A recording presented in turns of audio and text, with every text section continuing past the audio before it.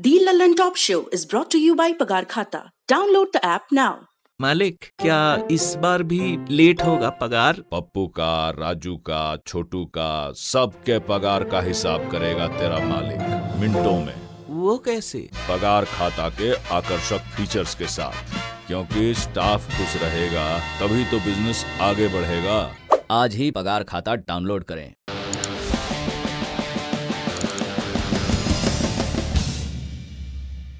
अब चुनावी राज्यों की तरफ चलते हैं, क्योंकि देश में ये भी एक बड़ी खबर है, लगातार सुर्खियां बन रही हैं।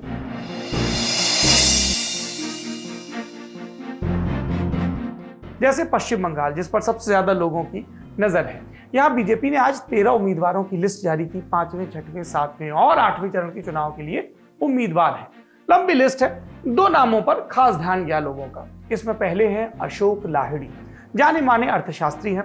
अटल बिहारी वाजपेयी की सरकार में 2002 में वो देश के मुख्य आर्थिक सलाहकार बनाए गए थे, और रुतबा ऐसा कि जब मनमोहन सिंह की सरकार आई तब भी 2007 तक वो इस पद पर बने रहे।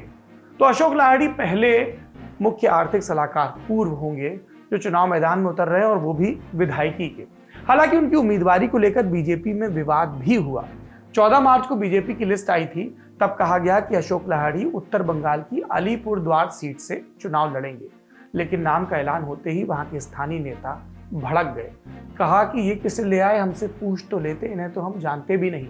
और भड़कने का सेंसेक्स कितना ऊपर गया। अलीपुरद्वार जिले के बीजेपी के अध्यक्ष गंगा प्रसाद शर्मा ने इस्तीफा दे दिया। बाद में बीजेपी को ये नाम अशोक लाहिड़ी का वापस लेना पड़ा। सफाई ये दी गई कि तकनीकी गड़बड़ी हो गई थी। नई लिस्ट में अशोक लाहिड़ी को दक्षिणी दिनाजपुर जिले की बालूरघाट सीट से टिकट दिया गया है। लिस्ट में एक और नाम है जिस पर सबकी नजर ठहरी। Retired lieutenant general Subrata Saha, उन्हें दक्षिणी कोलकाता की राश बिहारी सीट से टिकट दिया गया है। Saha deputy chief of army staff रह चुके हैं। आर्मी की श्रीनगर बेस 15वीं कोर के जनरल ऑफिसर कमांडिंग भी रह चुके हैं। सेना से रिटायर होने के बाद बीजेपी के टिकट पर चुनाव लड़ने वालों की लिस्ट में एक और नाम यानी कि जुड़ गया। इसमें जो नाम अभी तात्कालिक रूप से याद आता है वो पूर्व आर्मी जनरल वीके सिंह का है, जो नरेंद्र मोदी की सरकार में सड़क और परिवहन के राज्य मंत्री हैं। मुख्यमंत्री की बात करें तो मेजर जनरल की रैंक से रिटायर हुए बीएस खंडूरी हैं, जो बीजेपी की तरफ से उत्तराखंड में मुख्यमंत्री रहे।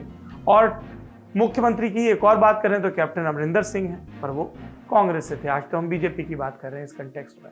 और जो सबसे बड़ा नाम फौज की बैकग्राउंड से जुड़ा और देश के शीर्ष पदों पर पहुंचने के लिहाज से, वो था मेजर जसवंत सिंह जसोल का। बीजेपी में अटल बिहारी वाजपेयी के खास माने जाते थे। देश के वित्त मंत्री रहे, रक्षा मंत्री भी रहे, जॉर्ज फर्नांडिस जब हटे थे कुछ समय के लिए तहलका कांड के बाद, और विदेश मंत्री भी रहे, वित्त, रक्षा, विदेश। तो ये तो आर्मी की बैकग्राउंड वाला एक क्विक अपडेट था। साहा और लाहिड़ी जैसे कैंडिडेट्स लाने के पीछे बीजेपी की क्या योजना है? कहा जा रहा है कि शहरी मध्य वर्ग के बीच ये मैसेज देना है कि अच्छे क्रेडेंशियल्स वाले पढ़े लिखे लोग भी हमसे जुड़ रहे हैं, और उसी क्रम में इन सबको चुनाव मैदान में उतारा जा रहा है। बंगाल का अपडेट हो गया। असम चलते हैं। यहां पर बीजेपी ने अपना संकल्प पत्र जारी किया। चूंकि असम में ये सत्ता में है, राष्ट्रीय अध्यक्ष जेपी नड्डा ने जारी किया, तो लोगों की नजर गई। अब कॉन्ट्रडिक्शन देखिए, अगल बगल राज्य हैं। पश्चिम बंगाल में बीजेपी कह रही है सीएए लागू करेंगे, लेकिन असम में अपने घोषणा पत्र में इसका जिक्र भी नहीं कर रहे हैं। क्यों? क्योंकि 2019 में सीएए को लेकर असम में काफी बवाल हुआ था। बीजेपी ने क्या लिखा असम के संकल्प पत्र में? एनआरसी का जिक्र किया, सीए का नहीं, और कहा कि इसे सही ढंग से करवाएंगे। एनआरसी करेक्शन के अलावा बीजेपी ने 30 लाख परिवारों को अरुणोदय योजना के तहत 3000 रुपए महीने देने का वादा किया। नौकरियों की बात करें तो सरकारी में 2 लाख और प्राइवेट में 8 लाख नौकरियों का वादा। सरकारी स्कूलों में बच्चों को थ्रू आउट मुफ्त शिक्षा और लड़कियों को 8वीं के बाद साइकिल देने जैसे वादे भी हैं। असम में चुनाव में 2 दिन पहले कांग्रेस ने भी अपना मैनिफेस्टो जारी किया था। तब कांग्रेस ने कहा था कि हम ऐसा कानून लाएंगे जिससे राज्य में सीएए लागू ना हो। उन्होंने ये भी कहा था कि हम हर गृहिणी को 2000 रुपए महीना देंगे, 5 लाख सरकारी और 25 लाख प्राइवेट। तो उन्होंने 2 लाख और 8 लाख, इन्होंने 5 लाख और 25,000 का वादा किया। और चाय बागान मजदूरों के लिए कहा कि आपकी न्यूनतम आय बढ़ाकर 365 रुपए प्रतिदिन करेंगे और 200 यूनिट बिजली भी मुफ्त देंगे। हम जानते हैं असम में 3 चरणों में चुनाव है। 27 मार्च को पहले चरण की वोटिंग है। ये असम और बंगाल के अपडेट थे। अब दक्षिण की तरफ चलते हैं। केरल से 2 अपडेट हैं। पहला, कांग्रेस की हाई प्रोफाइल एक न्यूनतम आय योजना थी जिसे शॉर्ट में न्याय कहा जाता था। कांग्रेस के समर्थक कह रहे थे कि ये 2019 के चुनाव में लोकसभा के राहुल गांधी का मास्टर स्ट्रोक है। राहुल गांधी ने तब कहा था कि इससे किसानों की आय में, देश की जीडीपी में बदलाव होगा। प्रति महीने उनको 6,000 मिलेंगे, साल के 72,000 सपोर्ट के लिए। अब राहुल गांधी कह रहे हैं कि अगर केरल में यूडीएफ, जो कांग्रेस के नेतृत्व वाला गठबंधन है, अभी विपक्ष में, अगर उसकी सरकार बनती है तो न्याय योजना की टेस्टिंग हो जाएगी। ये भी कहा कि मुझे इसके सफल होने का भरोसा है। बोले कि लाभार्थियों को सीधे बैंक अकाउंट में हर साल 72,000 रुपए मिलेंगे।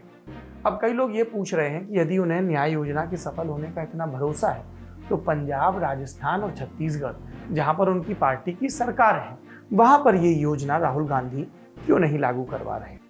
केरल से एक अच्छा अपडेट भी है। एक खबर आई, उम्मीदवार की चर्चा हुई। उनका नाम है अन्या कुमारी एलेक्स। अन्या केरल में विधानसभा चुनाव में बतौर कैंडिडेट उतरने वाली पहली ट्रांसजेंडर है। वेंगारा सीट से चुनाव लड़ रही है। उनकी जिंदगी प्रेरक है। कैसे प्रेरक है? एलेक्स अब तक रेडियो जॉकी रह चुकी हैं, मेकअप आर्टिस्ट रह चुकी हैं, एंकर के तौर पर भी करियर आजमा चुकी है। उनका कहना था कि मुझे सबसे ज्यादा एंकरिंग में मजा आता है। चुनावी समर का हिस्सा बनने से पहले का सफर कैसा था? मिडिल क्लास फैमिली में थी। जेंडर आइडेंटिटी को लेकर लोग आसपास सहज नहीं थे। भेदभाव का, तानों का सामना करना पड़ता था और इसके चलते 12वीं की पढ़ाई अधूरी छोड़कर वो भाग गई। कुछ वक्त बेंगलुरु में रही, फिर केरल वापस आई। यहाँ उन्हें पता चला एक ट्रांसजेंडर मेकअप आर्टिस्ट रेंजू रेंजीमार के बारे में, जो बहुत पॉपुलर भी थे। रेंजीमार ने उन्हें अडॉप्ट कर लिया। फिर उन्होंने खूब मेहनत की और अपना रास्ता खोजा। ये बहुत ज़रूरी है। जिंदगी हमारी तरफ मुश्किलें भेजता है, लेकिन मेहनत के जरिए, संकल्प के जरिए पार पाया जा सकता है।